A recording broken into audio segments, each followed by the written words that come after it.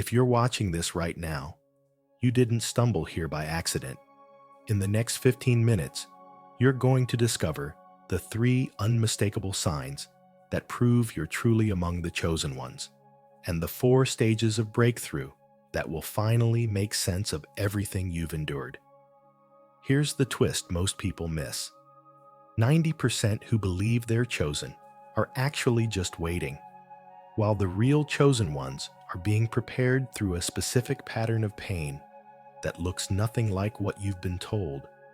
You've felt it, haven't you? That weight on your chest at 3 a.m., wondering why your prayers seem to echo in an empty room. Why the harder you try, the more doors slam shut. Why people you trusted walked away right when you needed them most. You've questioned if God forgot your name. He didn't. What you're about to hear is the answer you've been praying for. By the end of this message, you'll understand why your wilderness season was never punishment, it was preparation. Comment 999 right now as a sacred confirmation that you're ready to receive this. Subscribe, because heaven's instructions for you don't end here. This is your moment. Stay with me. The 3 signs. You're actually among the chosen, and why most people miss them. Let me start with something that might sting a little, but you need to hear it. You've been told you're chosen. You've felt it deep in your bones. But here's the uncomfortable truth.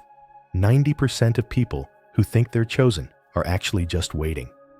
They're waiting for a sign, waiting for permission, waiting for life to feel easier.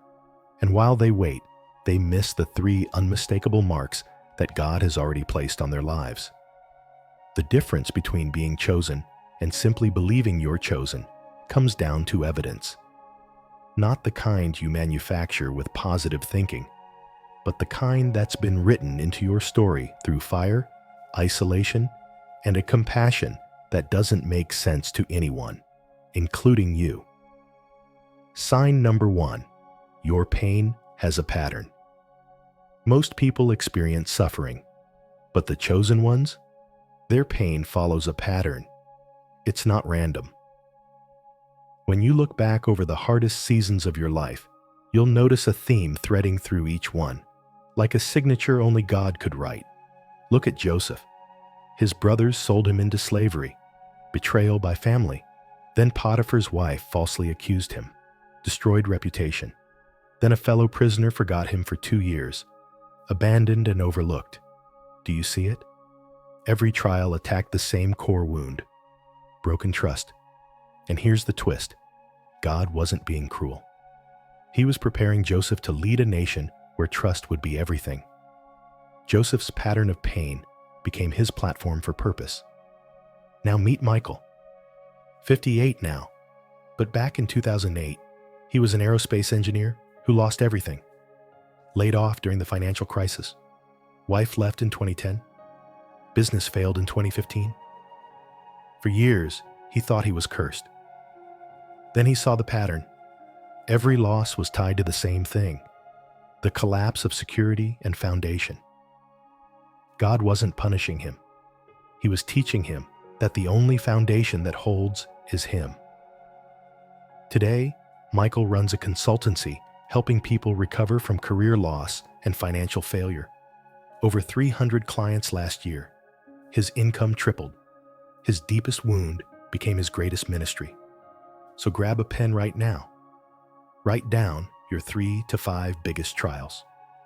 Look for the common thread: rejection, betrayal, injustice, financial loss. That theme is not random. It's your training ground. Your deepest wound will become your greatest ministry. The pain you thought disqualified you is actually the credential that authorizes you. Here's the lesson. Stop asking God to remove the pattern. Start asking Him to reveal the purpose inside it. Sign number 2. You've been isolated, but not destroyed. The second sign is harder to accept because it feels like punishment. But chosen ones experience isolation that doesn't come from their own sin. It comes from divine protection. Think about David. He killed Goliath, served his king faithfully. And what happened? He spent 10 years running for his life, hiding in caves, separated from everyone he loved. Not because he did something wrong, but because he did something right. Saul's jealousy forced David into the wilderness.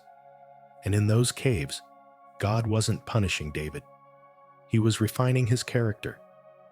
David had 2 chances to kill Saul and take the throne by force. He refused both times. Why? Because isolation taught him something the palace never could: how to wait on God's timing instead of forcing his own. Here's the twist most people miss. Isolation isn't rejection, it's protection. God removes certain people from your life, not because you failed, but because they would contaminate the assignment He's preparing you for. Let me introduce you to Linda. 61 now, a retired nurse. When her husband died in 2019, her friends slowly disappeared. They said she was too sad to be around. From 2020 to 2022, Linda was completely alone. Just her Bible, and her prayers. She told me, "I thought God had abandoned me. I thought I did something wrong." But in 2023, something shifted. Linda started a support group for widows. Within 6 months, 200 women joined. Today, she leads a thriving community that's changing lives across 3 states. And here's what she said: "If I still had my old friends, I would never have found this purpose. My isolation wasn't punishment, it was preparation." So let me ask you directly, who left your life in the last 5 years? Be honest. Were they holding you back from something God wanted to do? Don't curse your loneliness. Ask God what He's teaching you in it, because sometimes the people who leave are the ones who would have stopped you from becoming who you're meant to be. The mistake most people make is thinking, "I'm alone because God is angry with me." No, you're alone because God is protecting the seed He planted in you. And seeds don't grow in crowds. They grow in dark, quiet soil. Sign number 3. You have an unreasonable compassion for broken people.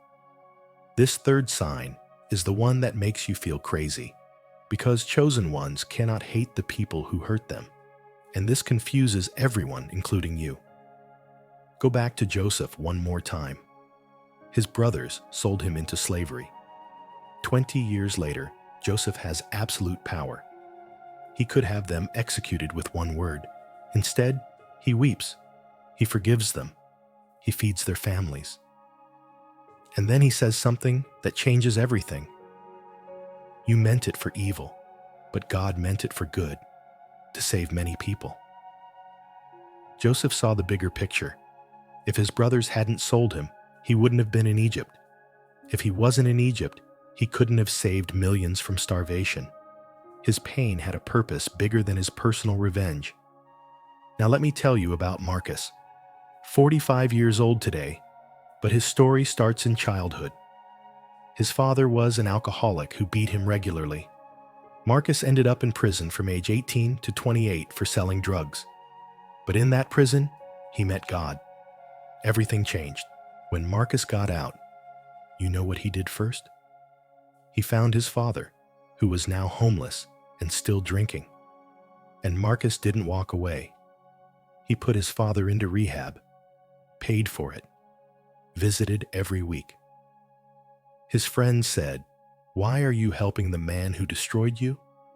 Marcus answered, "Because if my father hadn't hurt me, I never would have ended up in prison. And if I never went to prison, I never would have found God. My father was part of God's plan to save me." Today, Marcus runs a program helping children of incarcerated parents. Over 500 kids have been impacted. His unreasonable compassion became his calling. Here's what most people don't understand about forgiveness. There are 3 levels. Level 1, I won't take revenge. Most people stop here. Level 2, I don't feel pain when I think about them anymore. That's emotional healing. But level 3, That's where chosen ones live. Level 3 is, I see how God used this pain for a purpose bigger than my hurt. The mistake people make is thinking forgiveness means going back to the person who hurt you. No, forgiveness means releasing yourself from the chain of bitterness. You can have healthy boundaries and a forgiving heart at the same time. So let me ask you, who do you still need to forgive? Pray this with me right now. God, show me the purpose you have in this pain, not to excuse what they did, but to free me from what it's doing to me. The 3 signs, 1 truth. So let's bring this together. If your pain follows a pattern, if you've been isolated without cause, and if you have a compassion for broken people that doesn't make logical sense, you're not confused. You're not broken. You're chosen. These 3 signs aren't about making you feel special. They're about helping you recognize the fingerprints of God on your story. Because once you see these marks, everything changes. You stop being a victim and start being a vessel. But here's what you need to know. Being chosen isn't the end of the journey. It's just the beginning. Because now comes the part that breaks most people. Now comes the 4 stages of breakthrough. And I need to warn you, 90% of chosen ones quit at stage 3, right before their victory. Let me show you why. And more importantly, how you're going to be part of the 10% who makes it all the way through. The 4 stages of breakthrough, and why most people quit at stage 3. Now that you know the 3 signs you're among the chosen, let me tell you something that might frustrate you at first. Knowing you're chosen and walking into your breakthrough are 2 very different things. And between those 2 points, there are 4 stages that every single chosen one must walk through. No shortcuts, no skipping ahead. And here's the hard truth. Most people quit at stage 3, right when they're closest to everything they've been praying for. Let me walk you through each stage, and I'm going to show you exactly where people give up and why you're not going to be one of them. Stage 1, the prophetic word. This is where it starts. You receive a promise. Maybe it came during prayer, maybe through a sermon, maybe in a dream so vivid you woke up knowing something shifted. It's that moment when God whispers over your life, you're going to do something significant. Think about Abraham, 75 years old when God told him, you're going to be the father of many nations. The problem? His wife Sarah was barren. They were both way past childbearing age. The promise came before the biology allowed for it. That's exactly how God works. He gives you the vision before he gives you the provision. Meet Jennifer, 49 now, a school teacher in Oklahoma. Back in 2015, during prayer, she heard it clearly. You're going to teach millions of people. She looked around her classroom, 25 students, small town, no platform. The promise felt impossible, but she knew she heard from God. Here's the mistake at stage 1, thinking the promise means it's happening immediately. No, the promise is the map showing you the destination, not the timeline. Jennifer didn't understand that yet. When nothing changed in 6 months, she started doubting. Did I hear God wrong? The lesson is simple. A prophetic word is not a microwave moment. It's a marker. God is saying, this is where we're going. Now trust me with how we get there. Stage 2, the wilderness. After you receive the promise, instead of everything getting better, everything seems to fall apart. Welcome to the wilderness. The waiting room between promise and fulfillment. Moses received his calling at 40, burning bush, clear instructions. You're going to lead my people out of Egypt. Then what happened? Moses spent the next 40 years in the desert herding sheep. 40 years. He didn't lead anyone out of Egypt until he was 80. 4 decades between the promise and the performance. The wilderness wasn't wasted time. Moses had to unlearn everything he learned in Pharaoh's palace. He had to stop leading with Egyptian tactics and learn to follow God's strategies. The wilderness strips you of self-reliance so you can build God-reliance. Jennifer's wilderness ran from 2015 to 2020. Nothing changed. Still teaching the same kids. Then life got harder. Her husband lost his job in 2018. She worked 2 extra jobs just to pay bills. Her mother was diagnosed with cancer in 2019, and Jennifer became the primary caregiver. Late 2019, she hit rock bottom. God, you told me I'd teach millions. I can't even help my own family. What are you doing? But here's what God was doing. He was removing her dependence on comfort. He was teaching her resilience. He was building character strong enough to handle the weight of influence. Because God will never give you a platform your character can't sustain. Let me tell you about Robert. 54 now, runs a successful tech company serving churches. But from 2010 to 2017, he failed 3 times. Lost $200,000 of his savings. His wife said, maybe this isn't God's will. Robert was ready to quit. But here's what he realized later. Each failure taught him something critical. First failure, learned programming. Second failure, learned marketing. Third failure, learned managing people. In 2018, he tried again. This time, all 3 skills came together. Today, his company serves over 10,000 churches with $15 million in annual revenue. Robert told me, my wilderness wasn't punishment. It was training. God was building the skill set I needed for the assignment I didn't know was coming. So let me ask you, how long have you been in your wilderness? What skill is God teaching you right now that you'll need later? Don't curse the wait. Embrace the work God is doing inside you. Stage 3, the final test. Now we come to the stage where 90% quit. Right before your breakthrough, there will be one final test. And it's almost always the hardest thing you've faced yet. Think about Abraham again. He waited 25 years for Isaac. Isaac is finally born. Then God says, take Isaac to the mountain and sacrifice him. After 25 years of waiting, God asks for the very thing he promised. Here's what God was testing. Does Abraham love the promise more than he loves the promise giver? When Abraham passed the test, when he raised the knife, God stopped him. Now I know you fear me. Immediately after, the blessings exploded. Jennifer's final test came in 2020. COVID hit. Schools shut down. She had to teach online, but she had no idea how to use technology. 50 years old, exhausted, grieving her mother, and now learning something completely new. 2 choices: retire early and give up, or learn and adapt. She chose to learn. She created a YouTube channel to teach history. Her first video got 500 views. Not millions, 500. But she kept going. 6 months later, 2 million subscribers. Today, 15 million followers. Best-selling author, national speaker.